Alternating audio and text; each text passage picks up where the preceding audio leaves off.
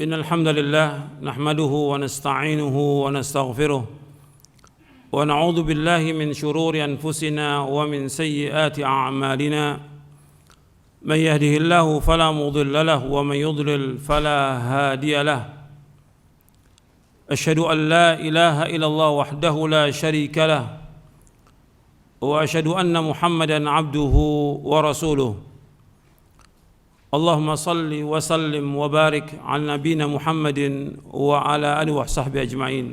Ayohal ikhwah, azakumullah.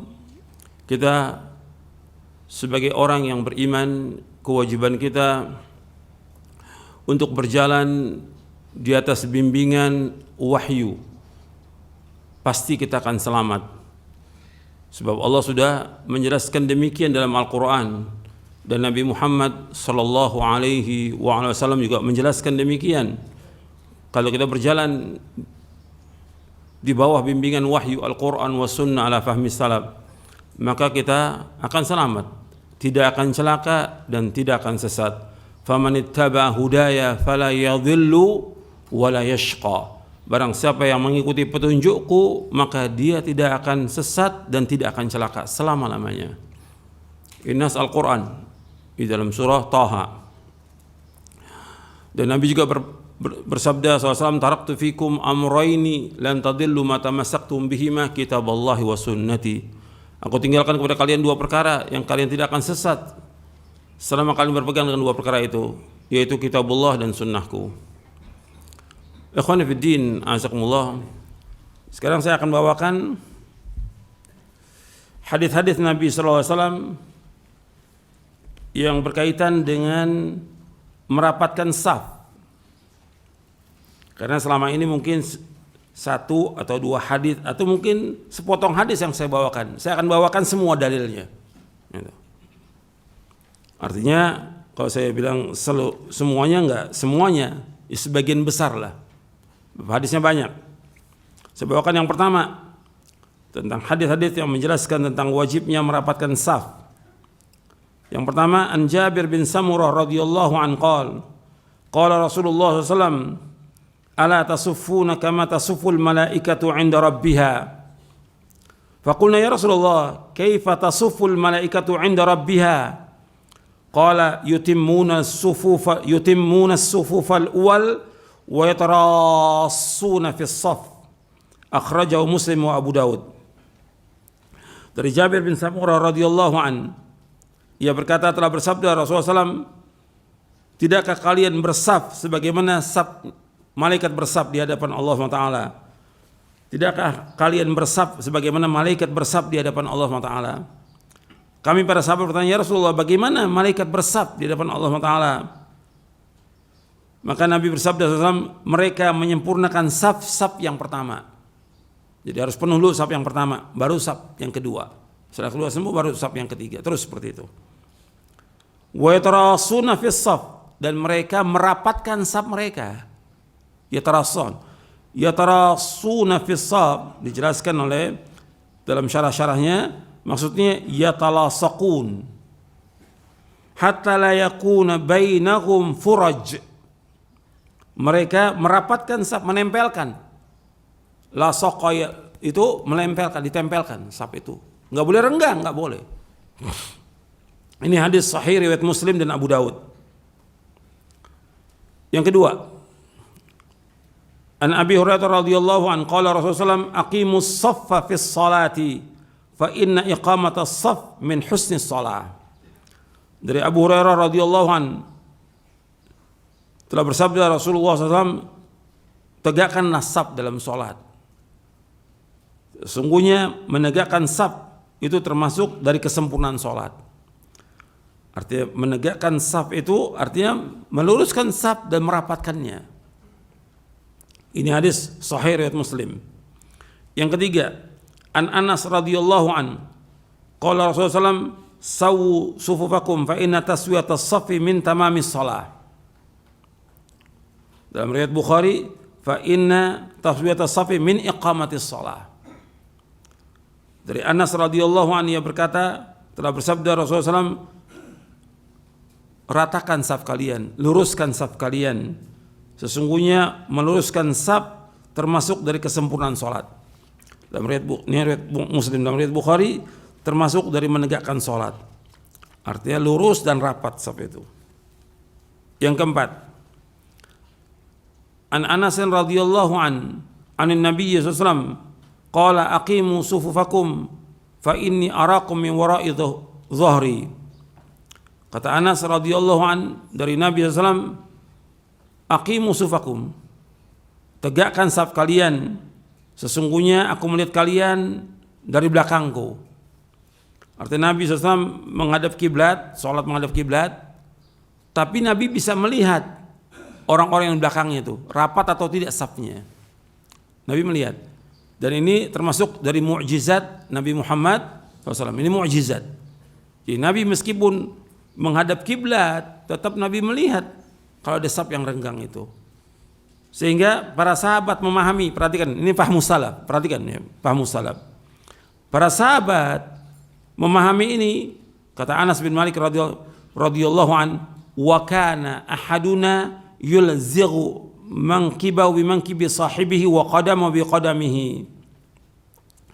Dan seorang dari kami menempelkan pundaknya dengan pundak temannya dan kakinya dengan kaki temannya, dirapatkan, nggak ada renggang. Ini diriwayatkan oleh Imam Bukhari di Sahih Bukhari di hadis nomor 725. Bahkan Imam Bukhari memberikan babnya Imam Bukhari merupakan fikihnya Imam Bukhari. Di bab itu Imam Bukhari menyebutkan bab ilzaqil mankib bil mankib wal qadam bil qadam fis saf. Artinya menempelkan pundak dengan pundak, kaki dengan kaki dalam saf. Itu fikihnya Imam Bukhari rahimahullah.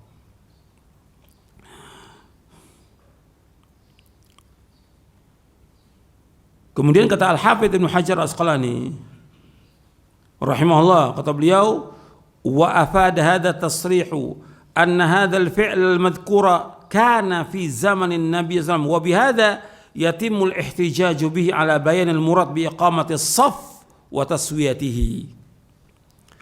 Kata Al-Hafidz Ibnu Hajar Asqalani dalam kitabnya Fathul Bari di juz yang kedua. Hadis ini menjelaskan dengan jelas, dengan terang, perbuatan yang disebutkan itu ada zaman Nabi. Artinya para sahabat mempraktekannya dan dilihat oleh Nabi. Kalau satu perbuatan sahabat atau banyak sahabat, Nabi membiarkan, namanya apa? Namanya apa? Takrir. Jadi ada kaul Nabi, ada fi'il Nabi, ada takrir. Nabi mentakrir perbuatan itu. Artinya bahwa itu benar. Dan itu yang Nabi kehendaki. Dengan merapatkan saf, bahu ditempelkan, kaki ditempelkan, maka sempurna kita artinya dilakukan di zaman Nabi SAW, dan sempurna kita berhujjah dengan ini, dengan apa yang dimaksud dengan kalimat iqamatus saf dan juga taswiyatihi. Kan di hadis sebelumnya disebutkan sawu sufakum fa inna taswiyatas saf min tamami shalah. Sawu suwakum baina taswiyatus shaf min iqamatis shalah. Jadi perkataan Nabi taswiyatus sufu dan iqamatis shaf itu dengan apa? Dengan menempelkan pundak dengan pundak, kaki dengan kaki. Ini dijelaskan oleh Al-Hafidz dalam kitabnya Fathul Bari juz yang kedua. Sekarang kita masuk hadis yang kelima. An Nu'man bin Bashir radhiyallahu anhu qala aqbala Rasulullah sallallahu alaihi wasallam 'ala an-nasi biwajhihi faqala aqimu sufufakum thalathan. Maksudnya 3 kali, aqimu sufakum, aqimu sufakum, aqimu sufakum. Artinya Nabi menyebutkan 3 kali. Wallahi la tuqimunna sufufakum au la yukhalifanna Allah baina qulubikum. Jadi Nabi kata Nu'man bin Bashir radhiyallahu an, Rasulullah SAW menghadap kepada para sahabat. Artinya Rasul menghadap para sahabat dengan wajahnya, kemudian Nabi bersabda, aqimu sufakum, aqimu sufakum, aqimu sufakum. Tegakkan saf kalian, tegakkan saf kalian, tegakkan saf kalian. Demi Allah, sungguh kalian menegakkan saf kalian atau Allah akan menyelesaikan di antara hati kalian. Kemudian kata Nu'man bin Bashir radhiyallahu an, fara'aitu ar-rajula yulziqu mankibahu bimankibi sahibihi wa rukbatahu bi rukbati sahibi wa ka'bahu bi ka'bihi. Kata Nu'man bin Bashir radhiyallahu an, aku melihat seseorang, maksudnya sahabat, aku lihat para sahabat ini menempelkan pundaknya dengan pundak temannya, menempelkan lututnya dengan lutut temannya, dan menempelkan mata kaki dengan mata kaki temannya. Jadi nempel mata kaki dengan mata kaki dengan temannya. Ini hadis sahih diriwayatkan oleh Imam Abu Daud dalam sunannya. Ini jelas perbuatan sahabat ini dilihat oleh Nabi SAW. Kemudian yang keenam, an Ibnu Umar radhiyallahu anhuma anna Rasulullah qala aqimus sufufa wa hadu bainal manakibi wasudul khalal walinu bi aidi ikhwanikum wa la tadharu furjatin lisyaitan wa man wasala saffan wasalahu Allahu wa man qata'a saffan qata'ahu Allahu.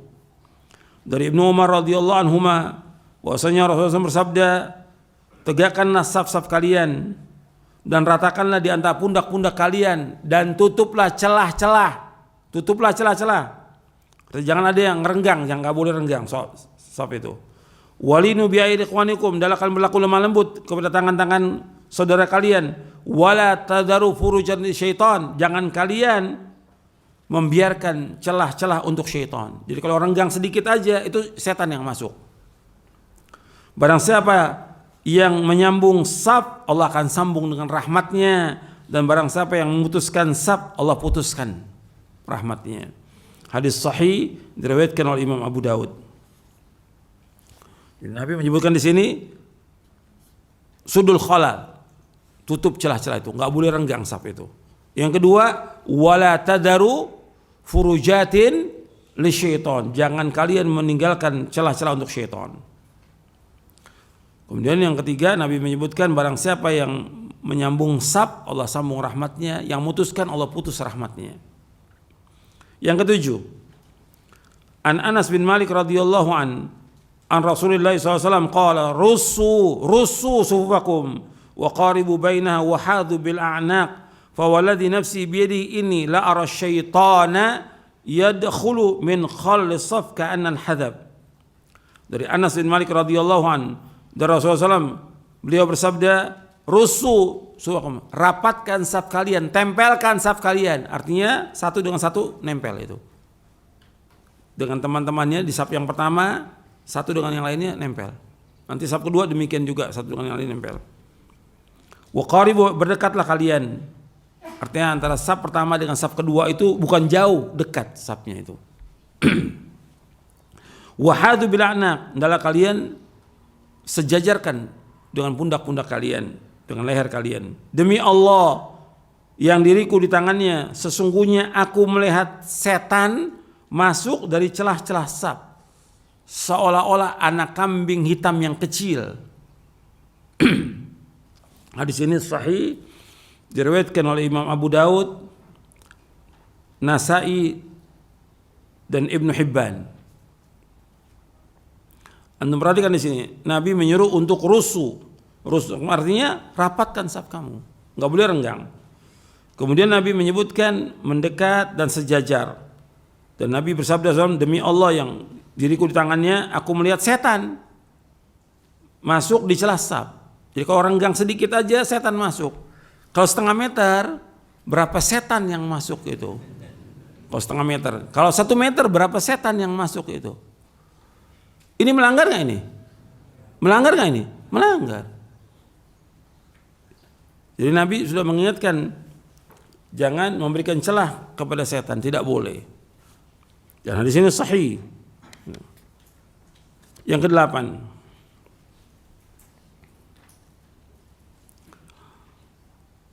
dari sahabat Anas radhiyallahu an, uqimatis shalah fa aqbala alaina Rasulullah biwajhi faqala aqimu sufakum wa tarasu inni arakum mi wara'i dhahri.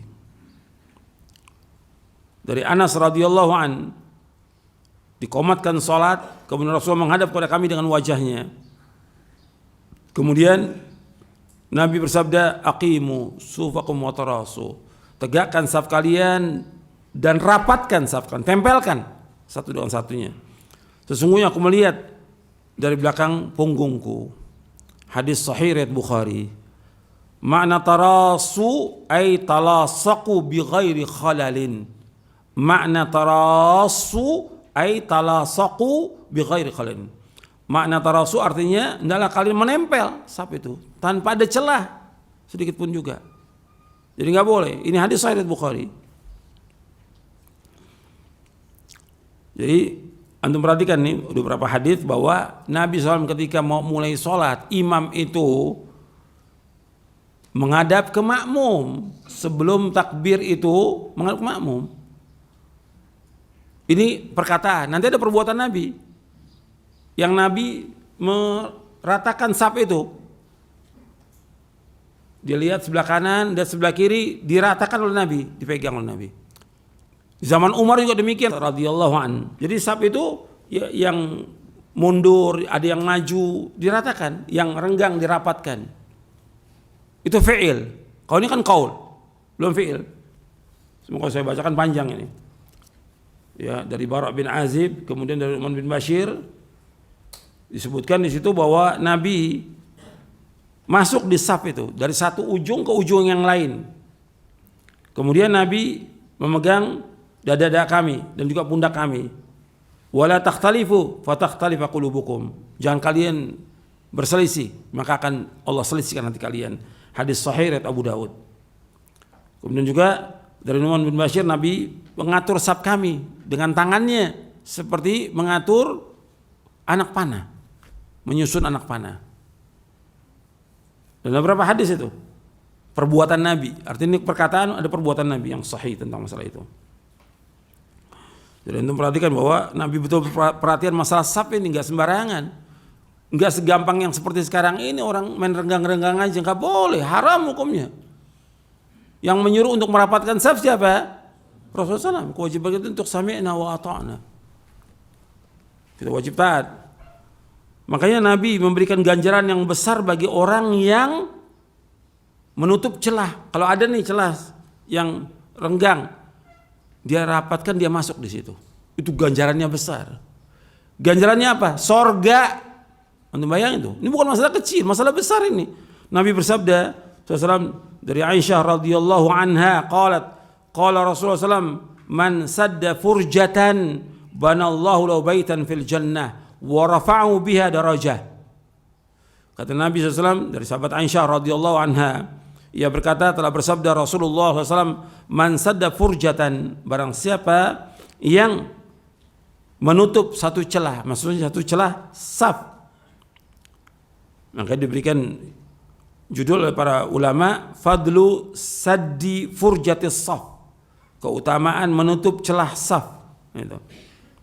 Dan riwayat ini sahih, dibawakan oleh Syekh Al-Albani dalam Sahih Targhib wa Tarhib dan juga dalam silsilah hadis as-sahihah di juz yang keempat.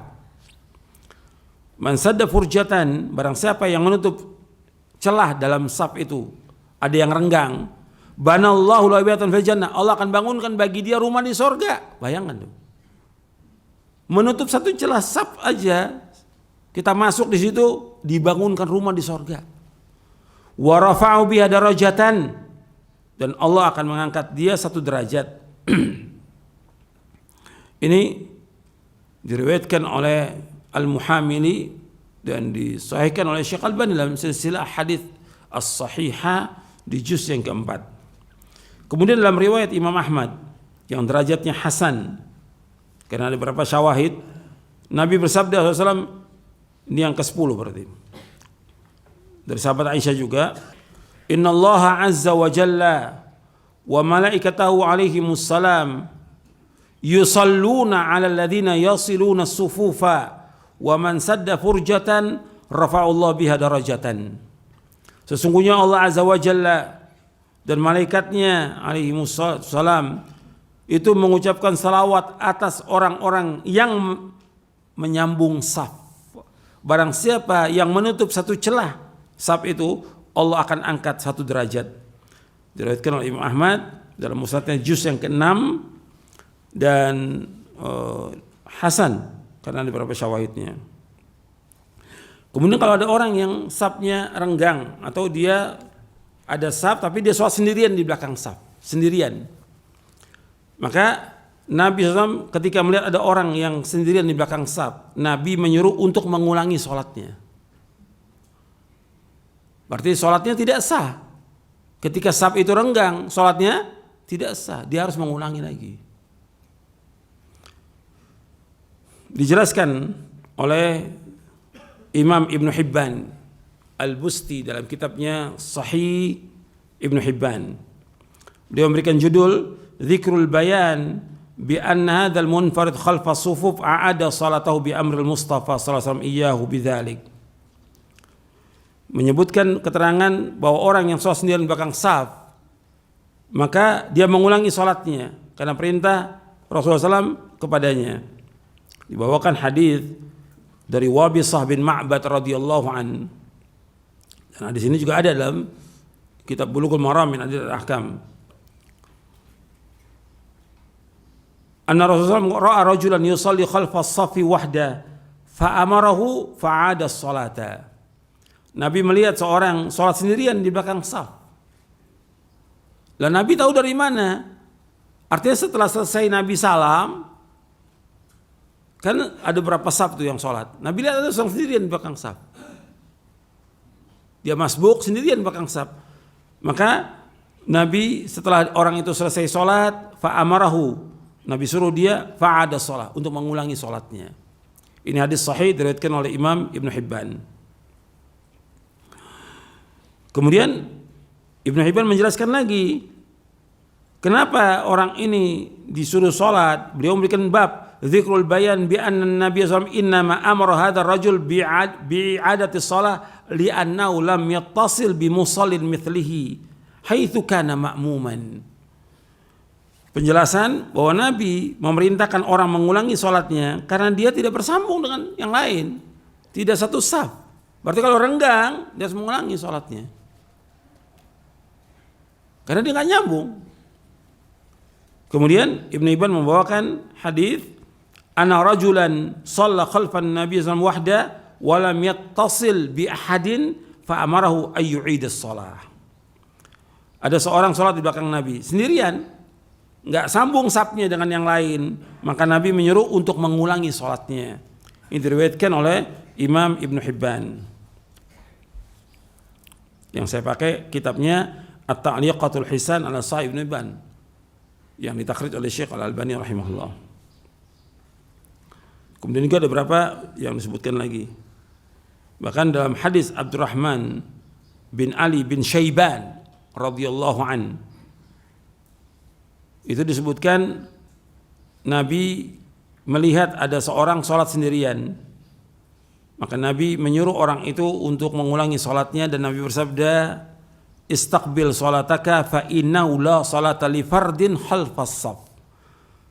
Ulangi sholat kamu karena sungguhnya tidak ada sholat bagi orang yang sholat sendirian di belakang saf. Ini sahih diriwayatkan oleh Imam Ibn Hibban.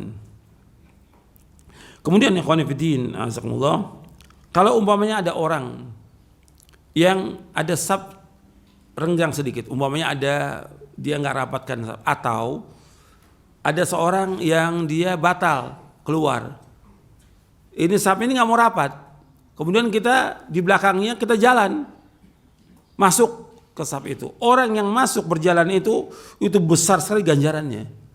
Kata Nabi SAW dalam riwayat Ibnu Umar secara marfu, ma min khatwatin a'zamu ajran min khatwatin masyaha rajulun ila furjatin fis saf fasaddaha. Kata Ibnu Umar radhiyallahu anhuma secara marfu, artinya dari Nabi SAW, dan tidaklah seorang melangkah dengan langkah yang paling besar ganjarannya, melainkan langkah yang dia melangkah untuk masuk ke celah saf yang lowong itu, dia masuk untuk merapatkannya. Ini dikeluarkan oleh Imam Tabrani dalam Mu'jamul Awsat dan syaratnya hasan, dan dihasilkan oleh Syekh Al-Albani dalam silsilah hadis as-sahihah di juz yang ke-6. Yaitu di antara hadisnya kurang lebih ada 10 hadis. Ya, bahkan lebih dari 10 hadis ini berkaitan dengan saf. Ini kalau sudah ada datang begini dalil-dalil dari Nabi SAW, kewajiban kita untuk apa? Sami'na wa ata'na. Ini terkumpul di sini pertama perkataan, sabda Nabi. Yang kedua perbuatan Nabi. Nabi merapatkan saf. Nabi mengatur saf itu. Saya pikir belum ada sekarang ini imam mengatur saf itu. Paling imam berdiri, lihat langsung. Maksudnya imam ucapkan sawu subakum atau sawu wa'tadilu atau yang lainnya aqimus sufuf. Imam harus mengucapkan kalimat itu. Baru yang ketiga, kalau memang dia mampu, dia rapatkan saf itu. Dia jalan dari ujung kanan ujung kiri, rapatkan. Udah selesai, lihat yang kedua. Kalau di zaman Umar disuruh orang untuk merapatkan saf. Ada satu orang yang ngatur itu saf. Jadi ada yang ngatur saf. Untuk apa? Supaya rapat dan lurus, supaya lurus dan rapat. Karena ini perintah Rasulullah SAW. Karena ini nggak main-main. Kita disuruh untuk bersaf seperti safnya siapa? Malaikat. Insya Allah. Perintah Rasulullah melakukan saf. Kemudian Rasulullah menyebutkan bahwa kalau biarkan, bahwa itu akan masuk setan. Dan ini para sahabat melakukannya merapatkan saf. Dan juga manfaatnya besar. Kenapa? Merapatkan saf itu kita mengikuti perintah siapa? Rasulullah SAW. Kemudian yang kedua, merapatkan saf itu mencegah masuknya apa? Setan. Yang ketiga, merapatkan saf mengumpulkan apa? Hati. Supaya hati ini tidak ikhtilaf, tidak berselisih. Yang keempat, bahwa itu termasuk dari kesempurnaan sholat. Renggang sedikit aja nggak sempurna sholatnya. Apalagi kalau renggangnya setengah meter. Disuruh Nabi untuk mengulangi. Mudah-mudahan ini bermanfaat untuk saya dan untuk sekalian. Kurang lebihnya saya mohon maaf. Sallallahu Nabi Muhammadin sallallahu alaihi wasallam. Wa akhiru da'wana alhamdulillahirabbil alamin.